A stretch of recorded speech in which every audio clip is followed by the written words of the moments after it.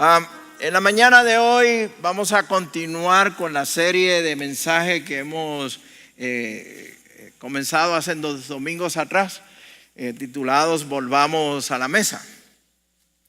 Y como hoy es domingo, y muchos de ustedes que ya me conocen por bastante tiempo, saben que yo tengo una expresión muy mía que dice que los domingos es el mejor día para confesarse, ¿no? Es el día para poder confesar nuestros pecados y nuestras debilidades y nuestras faltas y nuestras culpas. Pues yo voy a confesarme delante de ustedes en el día de hoy. Ustedes van a estar escuchando una confesión mía en esta mañana. Espero que en su gracia y en su misericordia, como buenos hermanos y hermanas y cristianos, me muestren gracia en la mañana de hoy y me perdonen esta confesión, esta falla, esta debilidad mía. Y es la siguiente. Por muchos años, desde joven, yo he sido un fanático ferviente, pero de hueso duro, 100% y aún más, de Snoopy, de este famoso o conocido para muchos o algunos personaje de tirillas cómicas, de la famosa ganga de Peanuts en inglés. En español lo han traducido como Rabanitos, donde está Charlie Brown y Lucy y cada uno de estos personajes, pero específicamente Snoopy es mi personaje favorito. Y desde joven siempre he sido fanático de él. No sé por qué, pero ha llegado al punto de que no tan solamente mi esposa lo sabe, mis hijas lo saben, y ahora mis nietos saben que soy fanático de Snoopy. Y me encanta recibir las tarjetas de Navidad, de cumpleaños, de aniversarios, de cualquier excusa que haya que sea con el tema de Snoopy, así que ya lo saben. No, estoy bromeando con ustedes, pero me fascina. Si yo pudiera decorar la casa con el permiso de mi esposa, fuese todo de Snoopy y todas las decoraciones fuesen de Snoopy. De hecho, si usted va y nos visita algún día, cuando vaya y lo que es mi oficina, en mi cuarto, todo es relacionado con Snoopy. Yo hubo un momento en que mis corbatas, mis camisas, mis correas, los calcetines, era todo de Snoopy. Y todavía sigo siendo fanático de Snoopy. Y es interesante que esta semana, mientras estudiaba y preparaba el mensaje para esta mañana, me encontré con algo muy interesante. Y en mi mesa de trabajo en mi casa yo tengo 3 calendarios de Snoopy. Tengo 3 porque tengo que asegurarme en qué día es que yo estoy en la semana, ¿no? Y cada uno pues me dice claramente el día en que estoy viviendo. Pero me encontré algo muy interesante, y es que en uno de los días de esta semana, en el calendario del día de esa semana de Snoopy, me encontré con el siguiente mensaje. Y presentaba a Snoopy sentado con Carlitos o Charlie Brown, y con una connotación que dice lo siguiente: ¿no sería bueno si la vida fuese como un DVD o una película en DVD y pudieras avanzar rápidamente en tiempos difíciles? Y me llamó muchísimo la atención el comentario que hace Carlitos o Charlie Brown a Snoopy de que sería interesante, sería bueno que la vida fuese como un DVD o una película donde usted pueda darle fast forward o le pueda dar avance y pase los días difíciles y podamos ver el resultado o el final de la película. La realidad es que muchas veces nosotros pensamos de la misma manera, o queremos o nos gustaría que tener la facilidad de que la vida fuese como un DVD. le damos fast forward, pasamos los momentos difíciles o amargos o tristes, lo que no nos gusta y terminamos con un final feliz. En la mañana de hoy vamos a ver un pasaje bíblico en la serie de esta serie de mensajes del Salmo 128. Y quiero relacionar por un momento breve lo que acabo de decir de darle fast forward o avance o avanzar con un remoto la vida, porque hay personas que cuando leen este pasaje o leen este Salmo 128 lo miran como que es la vida en solamente 6 versículos. Y es como he titulado el mensaje de la mañana de hoy: la vida en 6 versículos. Pero la realidad es otra. La realidad es que cuando miramos y estudiamos el Salmo 128, y es lo que vamos a hacer en la mañana de hoy y lo exponemos, podemos ver que el autor, el poeta, el cantante de este salmo no estaba describiendo la vida en 6 versículos, sino que está enviando un mensaje significativo para nosotros, para aquel tiempo, los que estaban en peregrinación hacia Jerusalén, como también para nosotros en el día de hoy. Si miramos Salmo 128, podemos ver que comienza prácticamente con el matrimonio, el hombre casado, sentado en una mesa, ve a su esposa, a sus hijos, y luego termina con los nietos mirando hacia el futuro. Pero hay algo más. Hay algo más profundo que solamente una revisión o un panorama de la vida del hombre o la vida del ser humano en 6 versículos. Y es lo que quiero proponerles a ustedes y argumentarles a ustedes en la mañana de hoy, de lo que el pasaje, el Salmo 128 realmente nos dice. Quiero proponerles que la idea principal del salmista, de quien escribe este salmo o esta canción, es que el temor a Dios, y enfatizo en la palabra temor a Dios, en esa expresión, el temor a Dios nos da una perspectiva de carácter eterno para nuestras familias y la nación, ya que según vaya la familia, así también irá la nación. Repito, la idea principal que quiero argumentarles o quiero proponerles o presentarles de este Salmo 128 es que el temor a Dios nos da una perspectiva de carácter eterno para nuestras familias, la nación, ya que según vaya la familia, quiero que recuerden esto bien, así también irá la nación.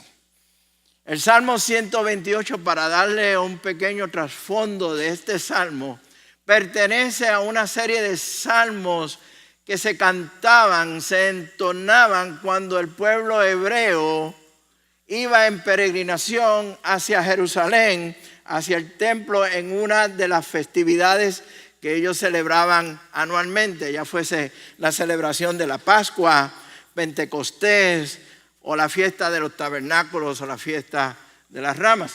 Es parte de ese grupo de cánticos, de entonación, que comienza con el Salmo 120, termina con el Salmo 134, y este Salmo 128 va junto, va amarrado, va atado con el Salmo 127 que vimos la semana pasada.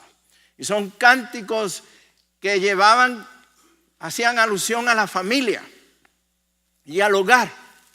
Y se iban entonando mientras iba la peregrinación de todas estas familias para celebrar estas festividades de la Pascua o el Pentecostés, camino a Jerusalén. Y el cántico se enfocaba en la familia y en el hogar.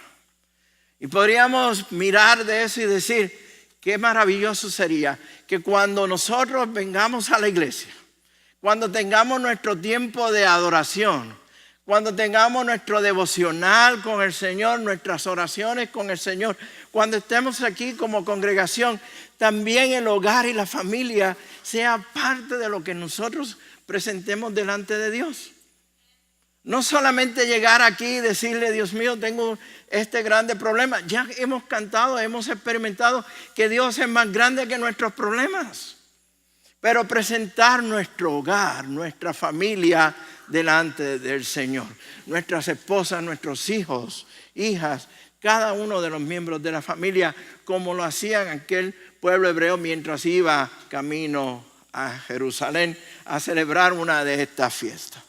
Y este Salmo 128, como dije anteriormente, nos debe de ayudar a tener una perspectiva clara de cómo adorar al Señor y de lo que debemos de incluir en nuestra adoración al Señor. ¿Qué tal si vamos al Salmo 128? Vamos a abrir nuestras Biblias o vamos a buscarla en nuestros aparatos electrónicos, ya sea el iPhone, el iPad, el Samsung, cualquiera que ustedes tengan, y buscar el Salmo 128. Lo estoy leyendo de la Nueva Traducción Viviente para el beneficio de todos ustedes. Y el Salmo 128 dice de la siguiente manera: qué feliz es el que teme al Señor,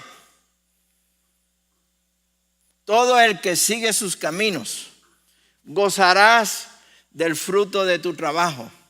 Qué feliz y próspero serás. Tu esposa será como una vid fructífera, floreciente en el hogar.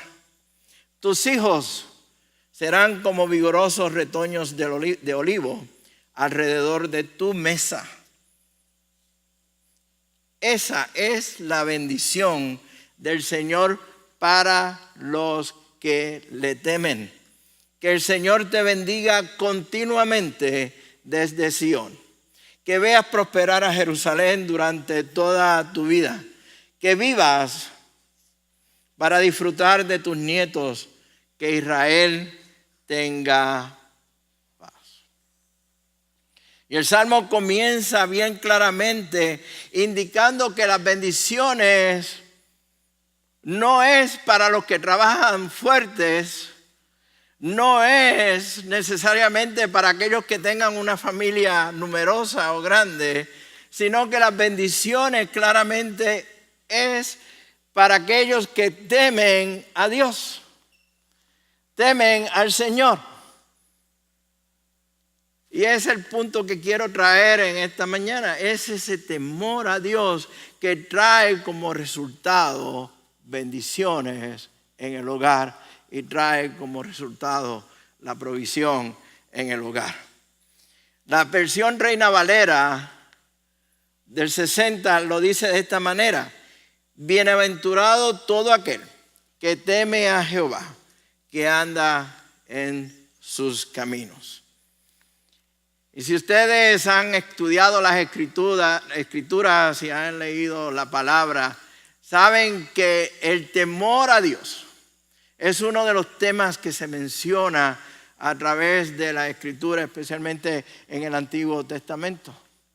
Podemos ver que hay una referencia a este temor a Dios en el Salmo 111, el versículo 10. Pero tal vez ustedes están más familiarizados con Proverbios capítulo 1, versículo 7 y Proverbios 9, versículo 10. Y es en Proverbios 9, los versículos del 10 al 12, donde habla de este temor y nos dice que el temor a Dios es el principio de la sabiduría. Lo voy a leer y compartirlo con ustedes. Dice que el temor del Señor es la base de la sabiduría. Conocer al santo da por resultado el buen juicio. La sabiduría multiplicará tus días y dará más años a tu vida. Si te haces sabio, serás tú quien se beneficie. Si desprecias la sabiduría, serás tú quien sufra. Interesante, ¿no?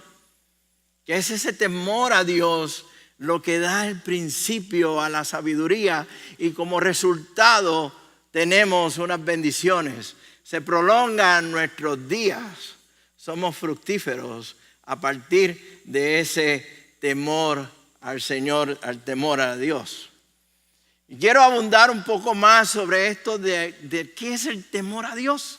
¿Qué es lo que queremos decir con esto del temor a Dios? Pues muchas veces lo vemos como si fuera miedo, como si fuera un terror, pero va más allá. Es realmente la implicación, el significado de ese temor a Dios.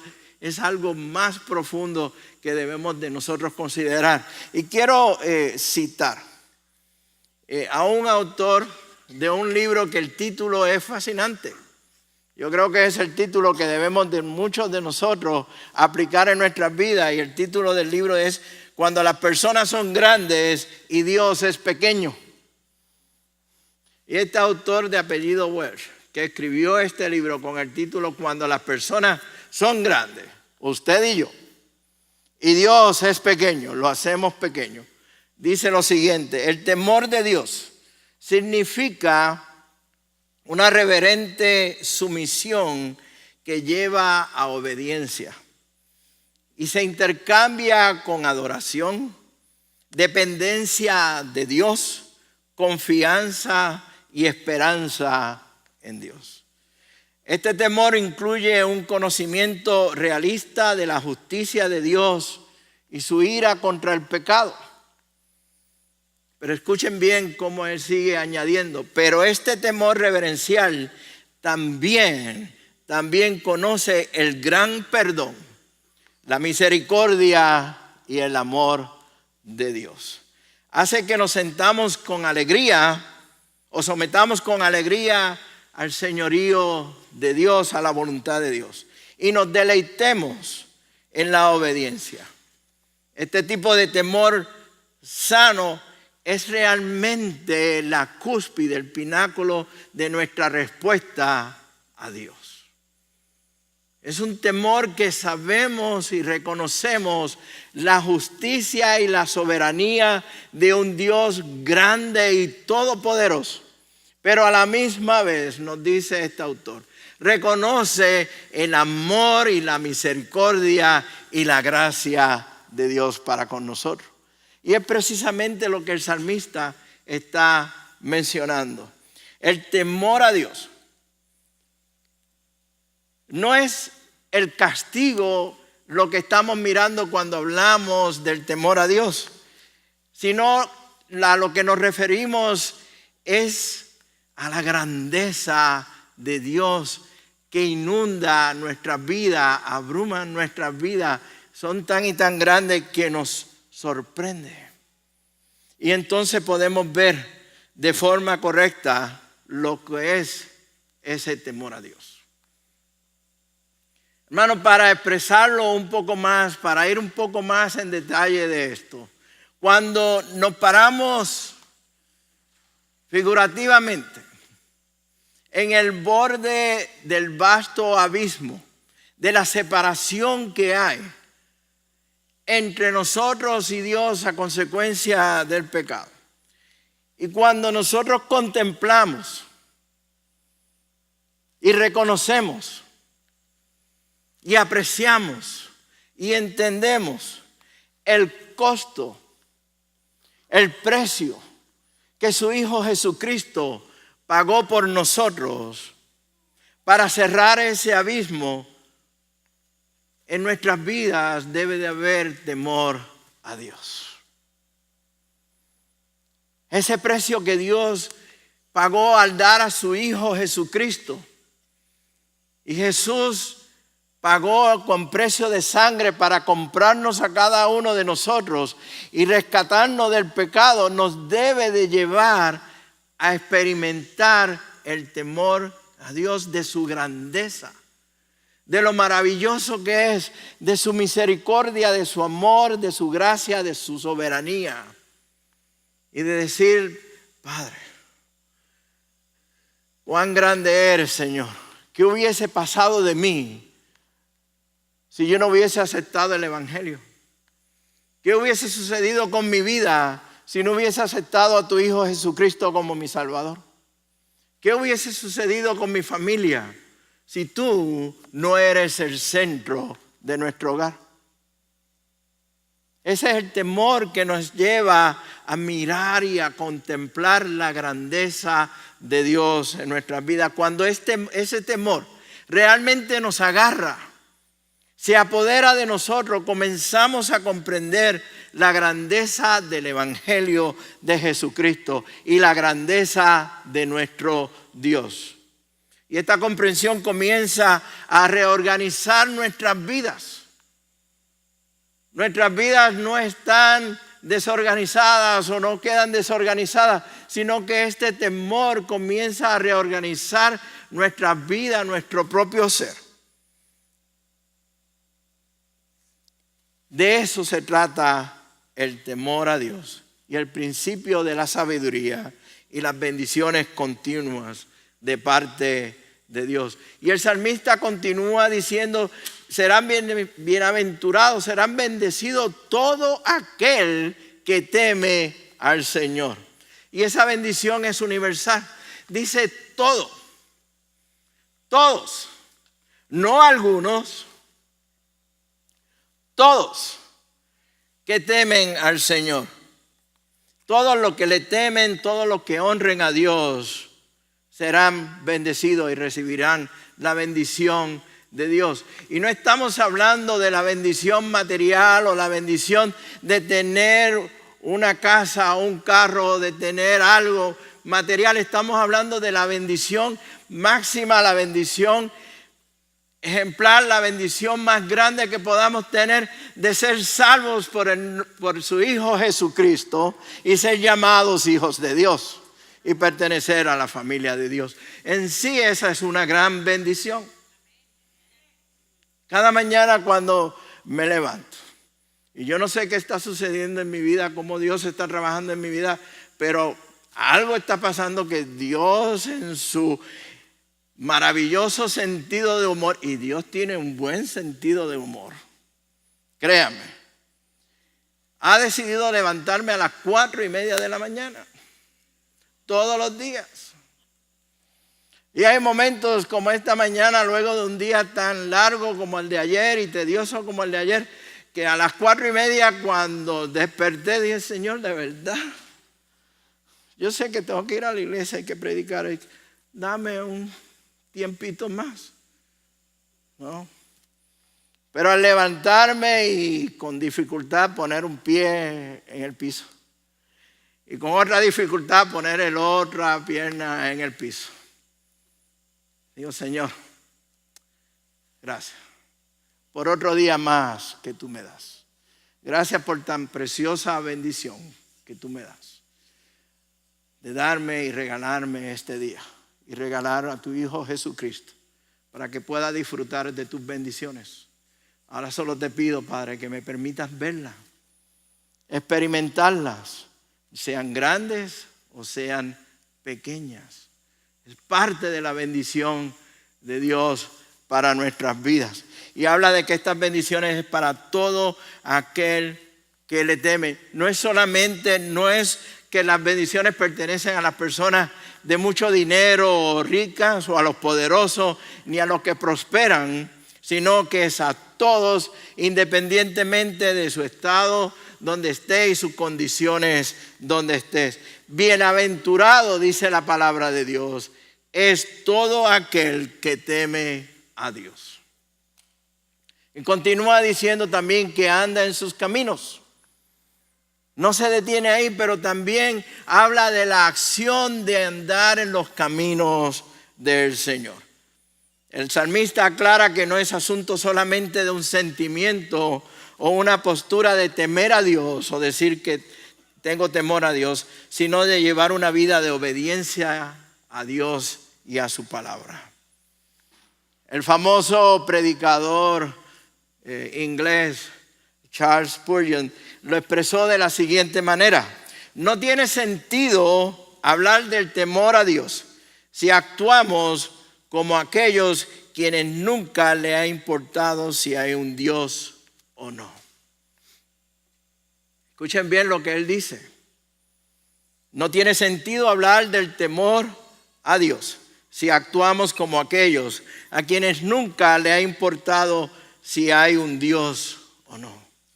Los caminos de Dios serán nuestros caminos si tenemos una reverencia y un temor sincero por Él. Si nuestros corazones están unidos a Dios, nuestros pies marcharán con firmeza detrás de Él. En este fin de semana tuve la experiencia de compartir en unas conferencias para pastores hispanos en Denton. Y el tema principal era: no me avergüenzo del Evangelio.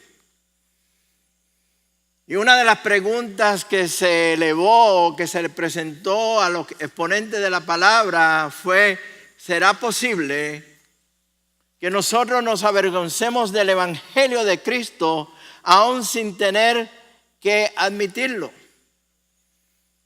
Y la contestación rotunda de parte de los exponentes fue: sí. Nos avergonzamos del Evangelio de Cristo por nuestros actos, por la forma en que hablamos, en la forma en que actuamos, en la forma en que desobedecemos claramente la palabra de Dios. No es solamente porque no predicamos o dejamos de predicar, es porque nuestro propio testimonio no da evidencia de que estamos agradecidos y queremos predicar el Evangelio de Dios. Tenemos que seguir en sus caminos. Y el salmista entonces pasa a las bendiciones que nos describe en estos cortos versículos de este Salmo 128. Y comienza indicando, dice lo siguiente: gozarás del fruto de tu trabajo. Qué feliz y próspero serás.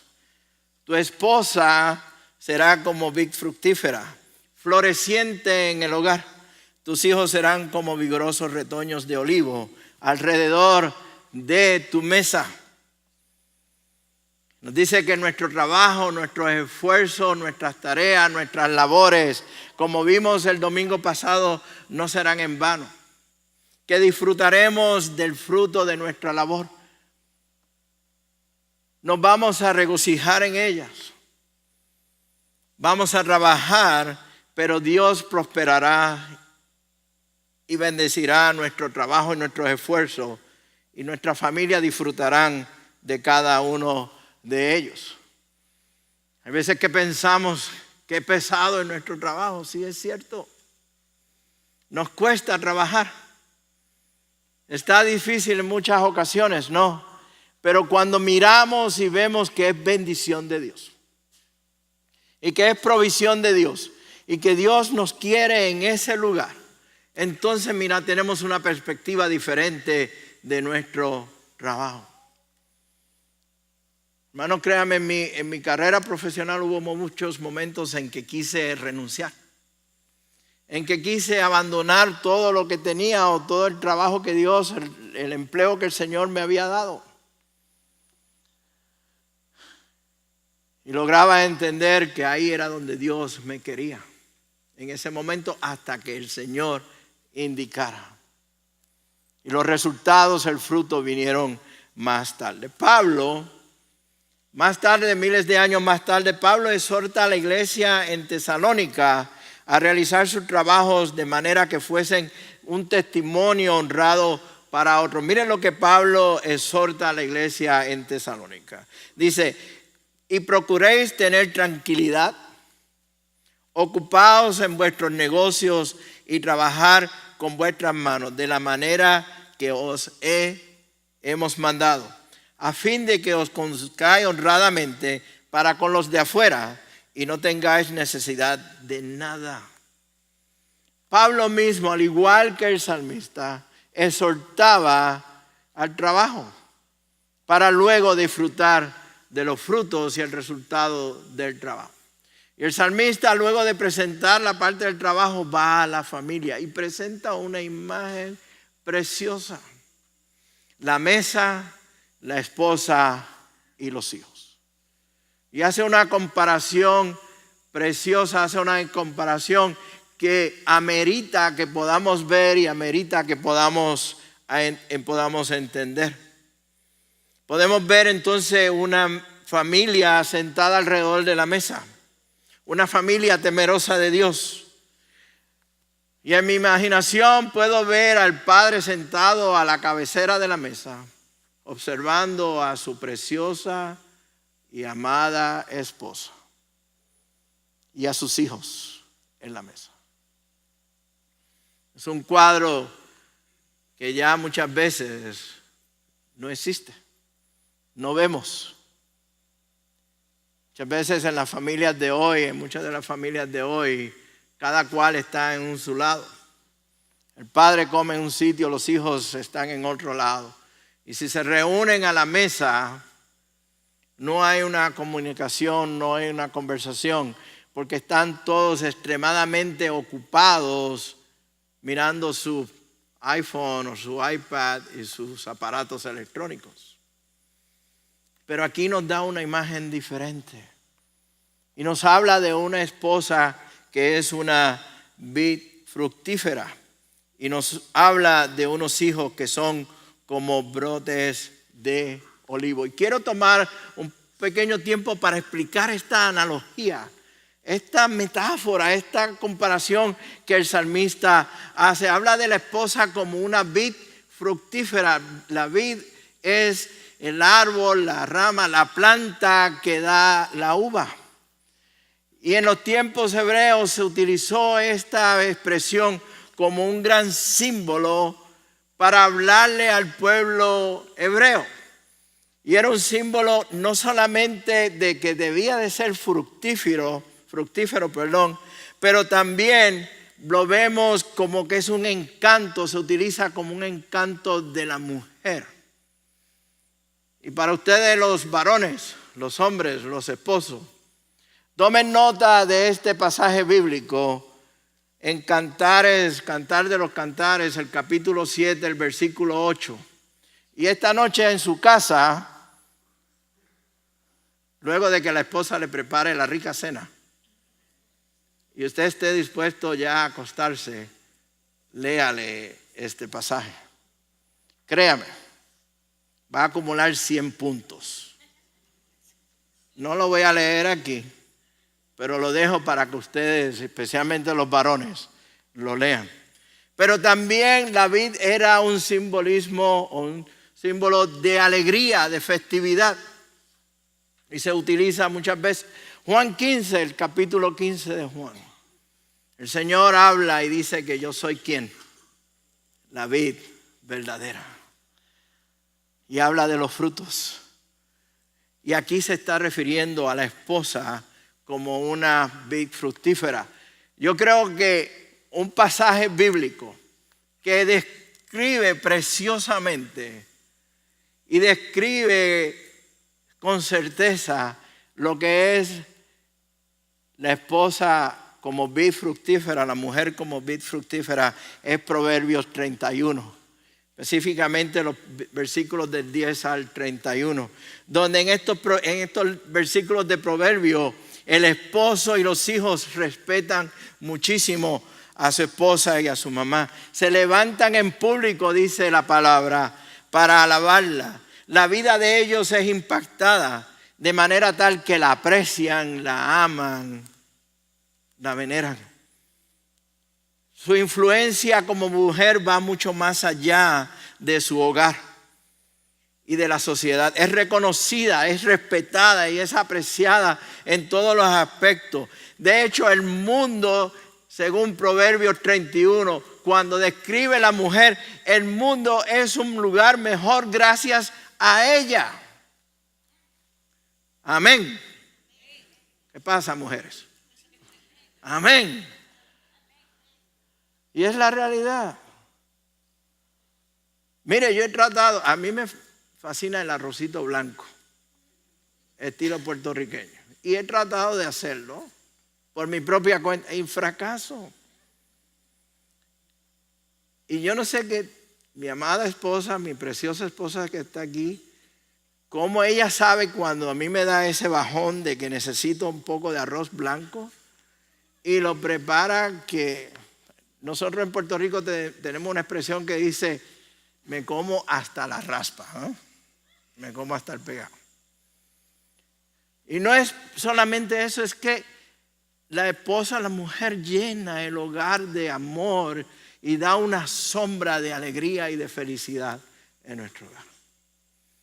Y es lo que el salmista se estaba refiriendo. Y salta y hace una comparación diferente en cuanto a los hijos.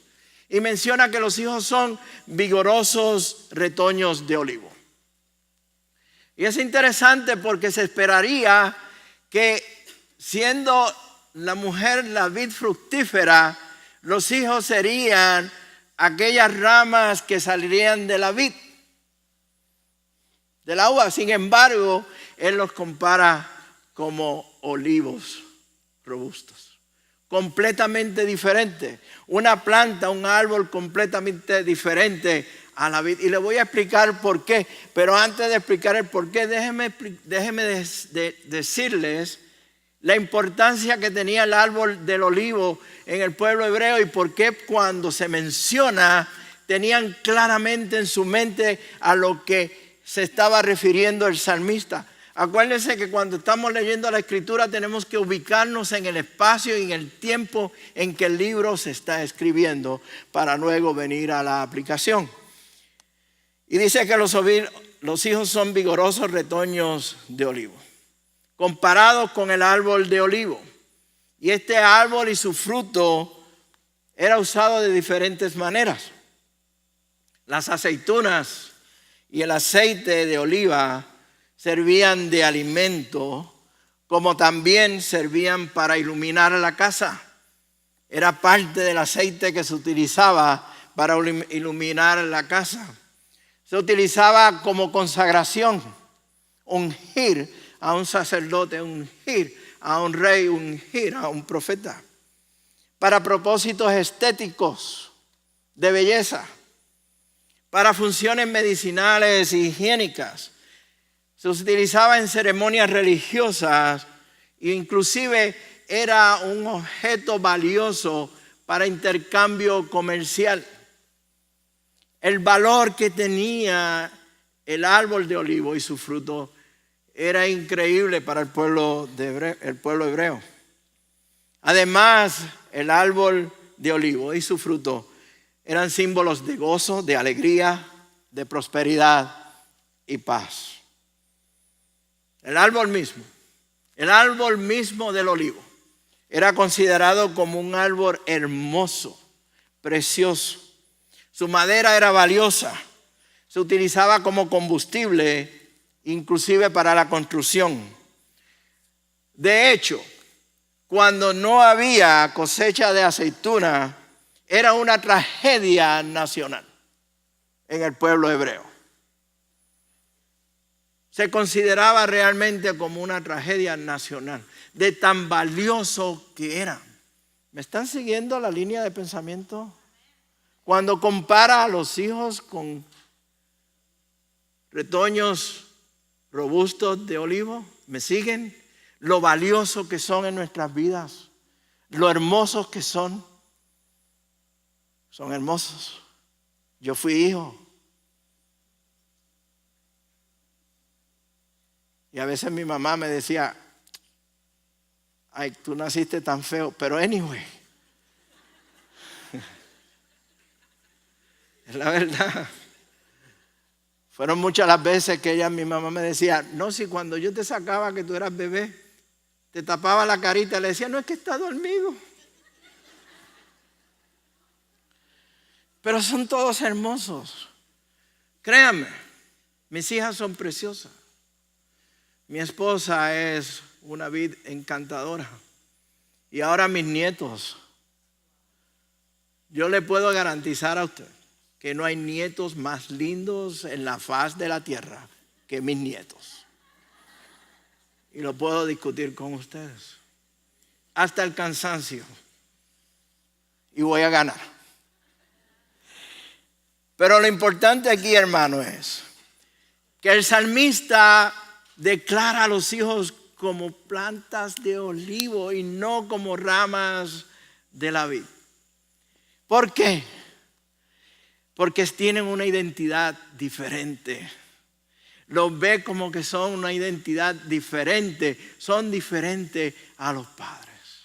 Los separa de lo que son de los padres. Aun cuando son resultados de los padres, ya el salmista está diciendo, tienen una identidad diferente. Enfatiza la idea de que cada descendiente es un individuo independiente y singular y que en años futuros reproducirá su propia simiente. ¿Me siguen lo que le estoy diciendo? Yo sé que muchas veces nosotros como padres queremos que nuestros hijos sigan nuestros pasos. Yo sé que muchas veces si el padre es médico, quiere que sus hijos sean médicos, o ingeniero, o contable, o astronauta, no sé, la profesión que sea. Yo reconozco que hay hijos y hijas que son el puro cuadro de sus papás físicamente. Es increíble. Tanto que parecen. Nosotros en Puerto Rico tenemos una expresión que no la voy a decir aquí, que dicen, ese muchacho, el papá hizo esto. De tanto que se parecen, pero son independientes. Tienen una identidad diferente. Y debemos como padres reconocer que ellos son así. Cada uno son diferentes. Mis amadas hijas, Amy y Wendy, las amo de forma increíble. Pero cuando mi esposa y yo las mirábamos, eran completamente dos polos opuestos. Y había veces que nos rompíamos la cabeza diciendo cómo tratamos a cada una de ellas, porque lo que hago con Amy no lo puedo hacer con Wendy. Y ahora nos está sucediendo lo mismo con nuestros nietos. Mi amada Coral del Mar y mi travieso JJ son completamente diferentes. Tienen su propia identidad y han de escoger su propia carrera, han de seguir su propio camino. Sin embargo, hay algo que es común y que nosotros debemos de enfatizar, y es la enseñanza o la preparación que le damos a nuestros hijos debe de ser la misma para todos, especialmente cuando le estamos enseñándoles a temer a un Dios todopoderoso, a un Dios grandioso. Debe de ser la misma. Debe de partir de nosotros, reconociendo de que son una identidad diferente, pero el temor a Dios no hace excepción de persona. Debemos de enseñarles a todos y cada uno de ellos de igual manera. Es una hermosa imagen lo que nos presenta el salmista aquí, de ver a su esposa y a sus hijos sentados en la mesa. Pero no queda ahí. Y continúa hablando de las bendiciones que se repiten. Y el salmista dice que la bendición, esa es la bendición del Señor. ¿Para quiénes? Para los que le temen. Vuelve a repetir el temor a Dios. Esa es la bendición del Señor. Y dice que el Señor te bendiga, ¿cómo? Continuamente. No unos días sí, otros días no, sino que continuamente durante toda tu vida. Que vivas para disfrutar de tus nietos, que Israel tenga paz. El salmista ve estas bendiciones como resultado del temor de Dios, de una forma que es un deleite personal de cada uno de nosotros, de poder disfrutar y deleitarnos en las bendiciones de Dios. Cuando miramos atrás, poder decir, Dios me bendijo grandemente durante todo este tiempo. Luego de haber invertido tanto esfuerzo en nuestro trabajo, en nuestros trabajos, en nuestras tareas, en el hogar y en los hijos, poder mirar hacia atrás y disfrutar de las bendiciones de Dios. Cuando decidimos poner a Cristo como prioridad y el centro de nuestro hogar y tomar su palabra como la autoridad para guiar el hogar y a los hijos, estaremos, hermanos, invirtiendo correctamente y disfrutaremos el fruto de esa inversión. Vendrán tiempos difíciles. El salmista no habla de los tiempos difíciles en este salmo, sin embargo lo menciona en el Salmo 127. No se equivoquen, hermano, no me malinterpreten. Al darle avance o fast forward, no quiere decir que los tiempos difíciles no ocurren. Vendrán tiempos difíciles y de dificultades y de problemas en el hogar y con nuestros hijos. Vendrá también la tentación de renunciar al evangelio, de echar a un lado todo lo que hemos aprendido, de seguir al Señor. Vendrá tiempos en que también aquellos que nos conocen, especialmente miembros de nuestra familia, se burlen de nosotros por servirle al Señor. Que inclusive hasta nos persigan, nos rechacen, no nos incluyan más, porque ahora Rafi es aleluya. Ahora Rafi lo que habla es del Señor. Habrá momentos en que nos vamos a sentir cansados, frustrados, decepcionados, inclusive sin energías para seguir adelante. Créanme, hermano, yo he estado ahí también. He estado en ese tiempo igual. Sin embargo, cuando nos mantenemos en oración constante y nos mantenemos en su palabra diariamente y vemos su gracia y su amor para con nosotros, cuando nos apoyamos los unos a los otros como iglesia, Dios nos promete que llegará el tiempo en que podamos mirar atrás y decir: Dios nos ha bendecido y hasta aquí nos ha traído Dios. Por otro lado, el salmista habla de las bendiciones a la comunidad y habla de que Jerusalén sea prosperada. Lo que está diciéndonos a nosotros es que nuestras comunidades sean prosperadas, que nuestra ciudad sean prosperadas. Y habla de que la nación sea prosperada. Y esto viene como resultado del temor a Dios, que comienza en nuestra familia. Como dije anteriormente, según vaya la familia, también irá la nación. Y por último, menciona a los nietos. El disfrutar de los nietos. La palabra dice que los nietos son corona de los abuelos. Créanme, hermanos, le habla a este abuelo que está aquí. Jovencito que soy, ¿no? Comenzamos tempranito. Pero Dios me ha permitido disfrutar de tan preciosa y bella bendición de mis 2 nietos y una nieta espiritual que tengo o que tenemos. Hay una expresión que dice que se disfruta más de los nietos que los hijos mismos. Hay momentos en que yo creo que es así. Amo a mis hijas con locura. Pero créanme, no hay disfrute tan grande como el de los nietos. Cuando mi coral me dice papá, todas mis armas se caen.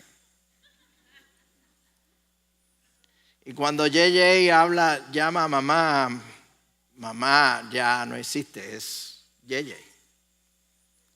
Disfrutar de los nietos y disfrutar del fruto del Señor, de lo que ha hecho. Quiero concluir de esta manera. Este salmo es una bendición para la familia. También es una bendición para la nación, ya que, como dije anteriormente, donde vaya la familia, así también irá la nación. La bendición de una nación, de una comunidad, de un pueblo, de una ciudad, comienza con el temor a Dios en los hogares. Y estas bendiciones fluyen de familias que temen a Dios y obedecen su palabra, que se mantienen en su camino, fluyen de quienes siguen el camino del Señor. La fuerza que fluye de la familia sólida hacia la nación hace que la nación vaya en la dirección correcta. De las familias sólidas en el Señor, con temor al Señor, salen trabajadores que edifican una nación. Los padres que crían buenos hijos, los hijos que son la esperanza del futuro. Sin este tipo de familia, sin esta clase de familia que teme a Dios, el futuro es oscuro e incierto. Durante este fin de semana con varios pastores hablamos de este tema y hablábamos y decía que cuando la familia es fuerte, la iglesia es fuerte. Cuando la familia es fuerte, la comunidad es fuerte. Para concluir, te comparto varias aplicaciones de este mensaje. Primeramente y sobre todo, hagamos de Cristo el punto central de nuestras relaciones familiares. Que nuestra consagración a Cristo incluya tanto someter la familia a Él como someternos mutuamente como familia. Que proyectemos un sentir positivo de que todos los miembros componen la familia y que todos se complementan el uno con el otro, aun cuando son identidades diferentes, plantas de olivos diferentes. Dedica tiempo para hablar con tus hijos, con tus nietos, sobrinos, hijos espirituales acerca de su futuro. Aquella pregunta que nos hacían antes, ¿qué tú quieres ser cuando seas grande? Con el tiempo está desapareciendo. Volvamos de nuevo. Hablemos con ellos de lo que quieren lograr, de sus sueños, de lo que quieren llegar a ser. Y busquemos manera de ayudarlos y encaminarlos por el camino del Señor, en el temor del Señor, pero que ellos sean su propia identidad. Y repito, el temor a Dios nos da una perspectiva de carácter eterno, hermano, para nuestra familia y la nación, ya que según vaya la familia, así también irá la nación. Pablo a la iglesia en Filipo dio este mensaje y con esto cierro mi mensaje de esta mañana y le voy a pedir al grupo de adoración que vaya subiendo para continuar la adoración. Pablo le decía a la iglesia de Filipo lo siguiente: queridos amigos, siempre siguieron mis instrucciones cuando estaba con ustedes y ahora que estoy lejos es más aún importante que lo hagan. Miren lo que le dice: esfuércense por demostrar los resultados de su salvación obedeciendo a Dios con profunda reverencia y temor. Esfuércense por demostrar los resultados de su salvación, obedeciendo a Dios con profunda reverencia y temor. Pues Dios trabaja en ustedes y les da el deseo y el poder para que hagan lo que a Él le agrada, con reverencia y con temor. La familia, el hogar que teme a Dios es un hogar bendecido. Es un hogar en la dirección correcta. Oremos. Padre amado, gracias, mi Dios. Gracias por este tiempo, mi Señor. Y gracias por tu palabra, mi Dios amado. Señor, que cada día podamos comprender y entender en nuestros corazones lo que es verdaderamente temerte a ti, mi Dios. Tener temor a ti, mi Dios. No es miedo al castigo, mi Dios, pero es reconocer tu grandeza, tu soberanía, tu gracia, tu amor y tu misericordia para con nosotros, Señor. Que nuestros hogares y nuestras familias, mi Señor, sean hogares donde el temor a ti, Padre Celestial, sea siempre enseñado. Que tú bendigas nuestras vidas siempre, Señor. Gracias, Padre. Gracias, mi Dios. En el nombre de tu Hijo Jesús. Amén.